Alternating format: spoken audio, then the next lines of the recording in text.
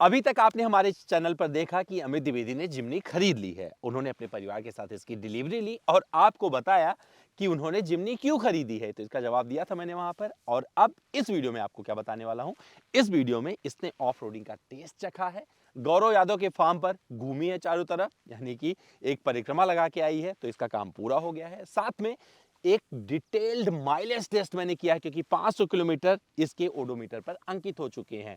लिए हुए इस गाड़ी को 3 दिन भी नहीं हुए हैं और 500 किलोमीटर कर चुकी है।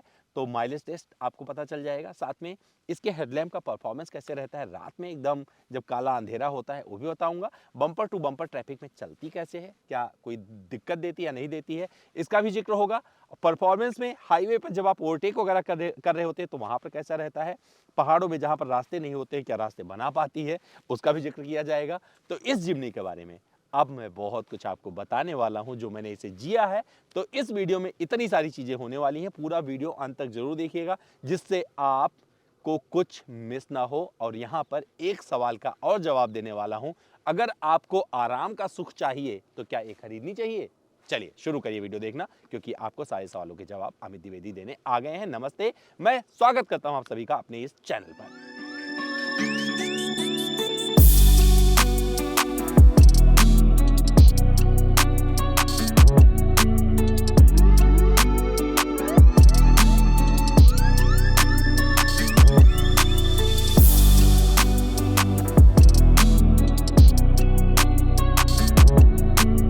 टैंक इसका पूरा फुल करवा लिया है और माइलेज टेस्ट शुरू हो चुका है। तो जो माइलेज आएगा इस वीडियो के लास्ट में आपको पता चलेगा। तो इसका जिक्र और बाकी कंडीशन मैं आपको यहाँ से शेयर करने जा रहा हूँ। तो जब ये गाड़ी आई, पूरा टैंक उसी टाइम फुल करवाया था जब मैंने गाड़ी डिलीवरी ली थी। और बाहर लेके निकला तो 5 लीटर डीलरशिप वाले देते हैं, बाकी का मैंने डलवा दिया था। तो लगभग 37-38 लीटर जो आया था उस टाइम इसमें पूरा टैंक फुल करवा दिया था, ज़ीरो रीसेट कर दिया और वहाँ से लेके मैं निकल पड़ा। गाड़ी लेने के बाद में बम्पर टू बम्पर ट्रैफिक भयानक मिली, क्योंकि गुड़गांव से होकर निकलना आप सब जानते हैं किस तरीके का ट्रैफिक होता है। और पहली बार हाथ में गाड़ी आई थी, तो जहाँ से मैंने जिस डीलरशिप से गाड़ी ली थी उसके बाद में करीबन 10 किलोमीटर का खुला रास्ता था, उस पर लेके निकला। और वहाँ से जब मैं आगे आया, अपने घर पे पहुँचा, तो काफ़ी कुछ ट्रैफिक का सामना कर चुका था, यानी कि 60 किलोमीटर तय करने के लिए मुझे 2 घंटे लगे। तो ये समझिएगा माइलेज टेस्ट में आपको सब कुछ जानना ज़रूरी है। इसके बाद में प्लान किया हमने कि भैया इस गाड़ी को लेके जाएंगे एक लंबी ड्राइव पर। तो बहुत दिन से पेंडिंग था, रेवाड़ी जाना था और गौरव यादव ने इनवाइट किया हुआ था, उनकी फार्म पे जाना था। तो मुझे लगा जिम्नी आ गई है, इससे बेहतर कुछ और नहीं हो सकता है, तो चलो इसे लेकर उधर ही चले जाते हैं। तो हम लोग निकले शाम को और फिर जयपुर वाला ट्रैफिक आप समझ सकते हैं। जब जयपुर आप गुड़गांव से शुरू करिए, दिल्ली से शुरू कर लीजिए, दिल्ली से लेके और जयपुर का ट्रैफिक, उसमें मतलब 1-2 बार मौका मिला जब मैंने गाड़ी 100 की स्पीड पर चलाई, बाकी टाइम ट्रैफिक ही ट्रैफिक रहा।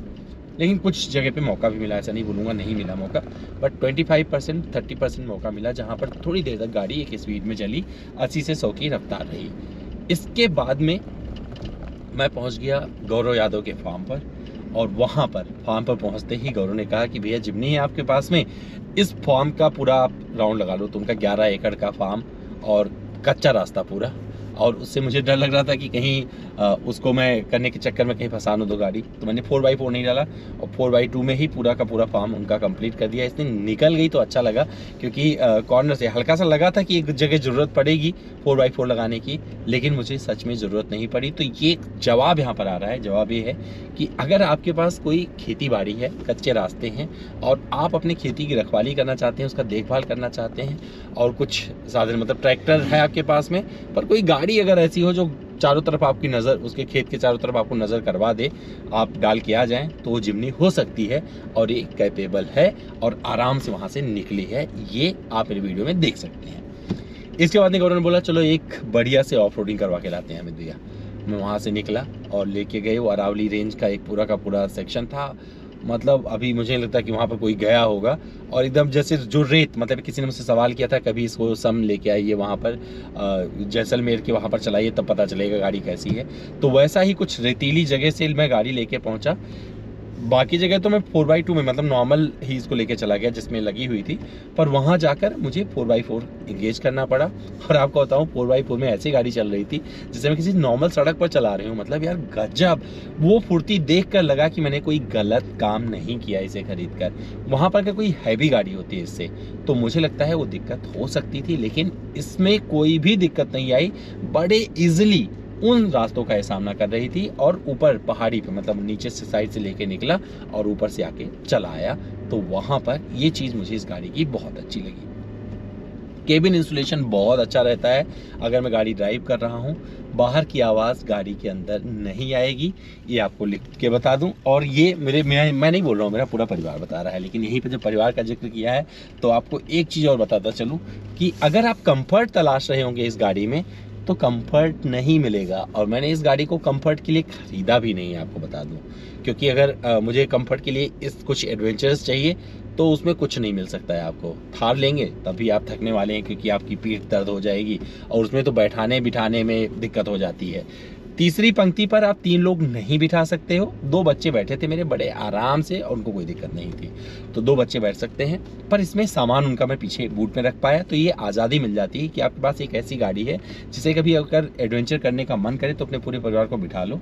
थोड़ा बहुत अनकम्फर्टेबल रहेंगे लेकिन आप डेस्टिनेशन तक पहुँच किसी भी रास्ते का सामना करते हुए एक एडवेंचर करके लौट सकते हैं। जैसे कि आजकल बर्फबारी वगैरह शुरू हो रही है, पहाड़ों में जाना चाहते हैं तो मुझे लगता है इससे कैपेबल कोई गाड़ी होने वाली है। इसका हल्का वजन आपको आराम से कहीं से भी निकालने में मदद करेगा। बहुत ही कैपेबल इंजन है इसका और कहीं पे आप फंसने वाले नहीं हो। तो इस सेगमेंट में, इस रेंज में अगर बात करूं तो मुझे लगता है कोई और गाड़ी ऐसा कुछ ऑफर करने वाली है, क्योंकि अगर 4x4 थार की बात करेंगे तो बहुत महंगी पड़ती है। और अगर कैपेबिलिटीज़ की बात करेंगे तो जो कुछ आप करना चाहते हैं, मतलब आप एक इरादा बनाते हैं कि उस मंजिल तक आपको पहुंचना है, तो ये गाड़ी आपको पहुंचा देगी, तो वहाँ पर कोई दिक्कत नहीं आने वाली है।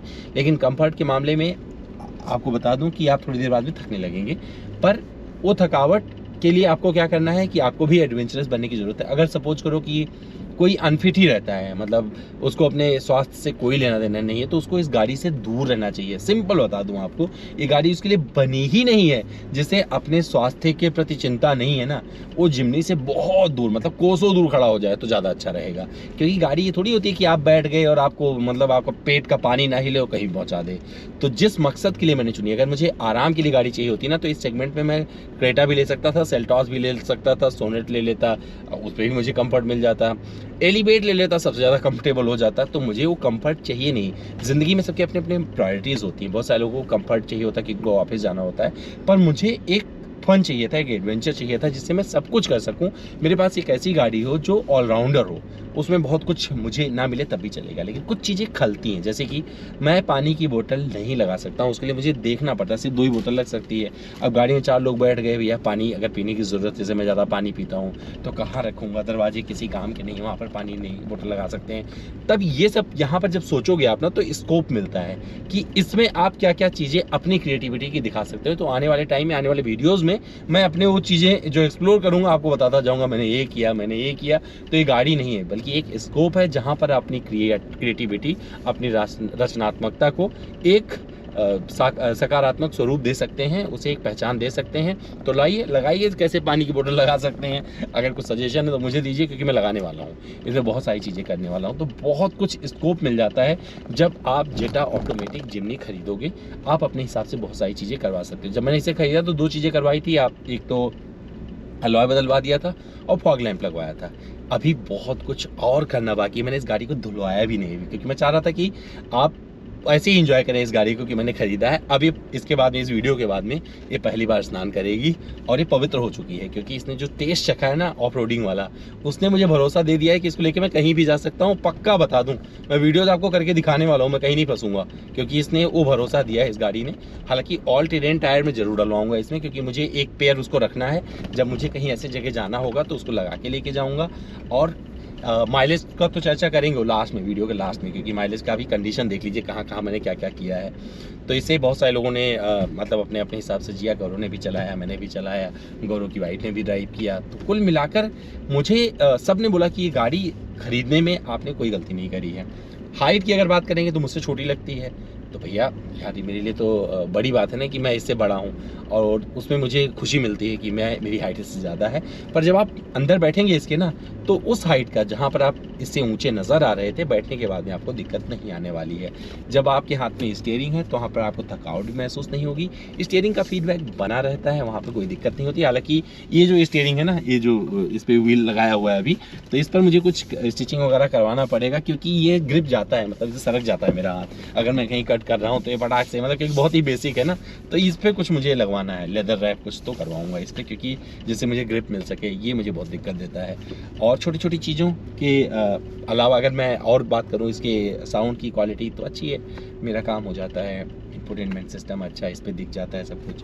MID पे बहुत सारी चीज़ें मिल जाती है। हालांकि इसमें टायर प्रेशर मॉनिटरिंग सिस्टम नहीं आता है, पर फिर भी चलो वही बात आ जाती है कि बहुत सारे स्कोप हैं जो आप इस गाड़ी के साथ कर सकते हैं। लेकिन ये एक ऐसा फ़न है जो आपको आपके एडवेंचर, मतलब आपका जो चरित्र है ड्राइविंग का, उसको निखार के लाता है, बताता है कि आप एक गाड़ी किस लिए खरीद रहे हैं। तो भैया जो मुझसे सवाल करना चाहें कि आपको ये लेनी चाहिए थी सोनेट फोनेट, तो मत बताओ, सजेशन मत दो, क्योंकि मुझे जो चाहिए था मैंने लिया है और इससे मैं खुश हूँ। क्योंकि अभी मुझे इसे बहुत कुछ एक्सप्लोर करना है। अगर कुछ इधर उधर की चीज़ें आएंगी तो आने वाले वीडियो में जिसका प्रॉब्लम वगैरह होगा तो उसको मैं जिक्र करके भी आपको बताऊंगा कि मैंने क्या दिक्कत महसूस की है। लेकिन अभी जिस लिए ली है वो पर्पज़ पूरा हो रहा है। और इस गाड़ी से मुझे अपनी बीवी को भी गाड़ी सिखानी, तो हो सकता है कि गाड़ी मेरी बीवी के पास ज़्यादा आपको नज़र आए, वही ये ड्राइव कर रही हूँ। पर हाँ, ये पहली गाड़ी के तौर पर मैंने एक सही डिसीजन लिया है। मेरे पास गाड़ियाँ होती हैं तो मुझे एक एडवेंचर के लिए कुछ चाहिए था, जो कि मेरे पास अब है और वो मुझे सुकून देता है। हाईवे पे कैसी रहती है ड्राइविंग में, क्रूज़ कंट्रोल तो है नहीं भैया मेरी वाली इस गाड़ी में। तो हाईवे पे बता दूं 120 पे मतलब कोई दिक्कत नहीं होती है। इसके ऊपर आप जाने की कोशिश करेंगे तो हो सकता है आपको थोड़ा प्रॉब्लम हो, इसके वजन का आपको वहाँ पर पता चले। पर जैसे थार जब आप चलाते हो तो एक हवा करती हुई नज़र आती है। ये वाला जो यहाँ पर ORVM दिया गया है ना, तो थार में देखा होगा आपने, यहाँ पर वो दिक्कत नहीं होती है। जो इसका सिस्टम बनाया गया है, फटाक से हवा थोड़ी कट हो जाती है। हालांकि इसको भी ऐसे शेप दिया हुआ है चौकोर वाला, पर इससे कटती हुई हवा का साउंड अंदर नहीं आता केबिन में। लेकिन थार में आपने 100% एक्सपीरियंस किया होगा। अगर किया है, आपके पास में थार है, तो मुझे कमेंट करके जरूर बताइएगा। केबिन अच्छा है इसका, पर अगर रोड प्रेजेंस की बात करेंगे तो लोग मुड़ मुड़ के, मतलब देख देख के, रोक रोक के पूछ रहे हैं, तो वो इसकी खूबसूरती है। शायद मुझे लगता है जब ये लॉन्च हुई थी उससे ज़्यादा अटेंशन अब ये ग्रैब कर रही है लोगों का। बहुत सारे लोग मुझसे पूछ रहे हैं, मैं क्या ही बताऊं, मतलब उनके चेहरे देख के आप खुश हो जाओगे किस तरीके से उनके सवाल है, कितने में पड़ी, कब ली, ये वाला कलर क्यों चुना। तो ये चीज़ें मुझे एक खुशी देती है। मुझे लगता है कि हाँ, एक अच्छा फैसला लिया है मैंने इस गाड़ी को। अगर सस्पेंशन की बात करेंगे, सस्पेंशन ट्रेवल अच्छा है, और खास करके ना बहुत ज़्यादा हार्ड है ना बहुत ज़्यादा सॉफ्ट है। तो अगर आप नॉर्मल निकल रहे हैं तो ऊबड़ खाबड़ गड्ढे ना इसको एकदम सताते नहीं है, आप आराम से परिवार के साथ में निकल सकते हैं। तो चीज़ें बनी हुई हैं। एसी उसी का कंफर्ट बाद में कभी जिक्र किया जाएगा, क्योंकि अभी तो सर्दियां हैं, तो सर्दियों को ही एंजॉय किया है। विजिबिलिटी अच्छी मिलती है, मतलब मुझे सामने ये वाला पिलर कोई बाधा नहीं दे रहा है, और ये विंडो एरिया काफ़ी बड़ा मिल जाता है, मेरा वाला खास करके। तो कुल मिला के मतलब मैं खुश हूँ। मुझे लगता है कि एक परफेक्ट गाड़ी है और एक परफेक्ट सौदा मैंने किया है, और वहाँ पर ये गाड़ी मुझे नहीं सताने वाली है। तो भैया अब आप इंतज़ार कर रहे होंगे बेसब्री से कि माइलेज कितना दिया है। तो कंडीशन आपने देख ही लिया, हाईवे पे चला है। ओवरटेकिंग में, हाँ, ओवरटेकिंग में भी कोई दिक्कत नहीं होती है। ओवरटेकिंग में जो जिस तरीके का, खास करके सिटी में भी कोई प्रॉब्लम नहीं है। इसका ऑटोमेटिक बहुत अच्छा है। हालांकि अगर ये 5 स्पीड होता तो मुझे लगता है थोड़ा माइलेज वगैरह और अच्छा हो जाता, बट अभी जो भी है इसी से मैं काम चला रहा हूँ, मुझे मज़ा आ रहा है, एंजॉय कर रहा हूँ। अभी बहुत सारे वीडियोज़ और आपको देखने को मिलेंगे। तो चलिए आपको लेके चलते हैं और एक जगह खड़े होते हैं, फिर बताते हैं माइलेज मुझे कितना दिया है इस जिमनी ने। तो सब कुछ आपको बता दिया, कंफर्ट बता दिया, परफॉर्मेंस बता दिया, ऑफरोडिंग दिखा दी, लेकिन माइलेज अब बताऊंगा, क्योंकि यहाँ पर उसका बताना ज़रूरी है। तो मुझे जो माइलेज मिला है, जब मैंने इसका शुरुआत किया था, जैसे गाड़ी डिलीवरी ली थी, टैंक फुल करवा दिया था, उस टाइम लगभग 37 लीटर के आसपास पेट्रोल इसमें पड़ा था। और जब दोबारा 477 किलोमीटर गाड़ी को चला लिया और देखा कि भैया अब इसमें पेट्रोल डलवाने की ज़रूरत है, तो दोबारा टैंक फुल करवाया, और उस हिसाब से जो मुझे माइलेज मिला, 37 पॉइंट समथिंग का इसमें पेट्रोल डला था, मुझे 12.88 किलोमीटर प्रति लीटर का माइलेज इस जिमनी ने अभी डिलीवर किया है अपने पहली राइड पे। मुझे लगता है ये माइलेज और बेहतर होगा, क्योंकि इसमें माइलेज इसलिए गिरा है क्योंकि ऑफ रोडिंग भी थी, बम्पर टू बम्पर ट्रैफिक भी था, खेत में काफ़ी कुछ चलाया था, हर कोई इसे एक्सपीरियंस कर रहा था, तो वहाँ पर माइलेज गिरना लाजमी था। अगर आपके पास में जिमनी है तो आपको क्या माइलेज मिल रहा है, उसका जवाब जरूर दीजिएगा कमेंट करके। मैं इंतजार कर रहा हूँ कमेंट बॉक्स में। साथ में बताता चलूँ, ये कंफर्ट के लिए नहीं है, ये मस्ती के लिए है, एडवेंचर के लिए है। अगर आपको सुख चाहिए बैठने वाला तो कोई और गाड़ी तलाश लीजिएगा, लेकिन सुख से दूर आगे जाएंगे तो वहाँ पर एडवेंचर शुरू होगा। आप फिट भी रहेंगे और आपको ये गाड़ी कंफर्टेबल लगने लगेगी। मुझे लगता है इस गाड़ी को आप तब तक चलाइए जब तक कि आपको कंफर्टेबल ना लगने लगे, क्योंकि आप अपने आप को फिट कर पाएंगे। हमारा वीडियो कैसा लगा कमेंट करके जरूर बताइए, और क्या देखना चाहते हैं जिमनी मेरे साथ है बहुत सारे वीडियोज और आपके लिए लेकर आऊँगा।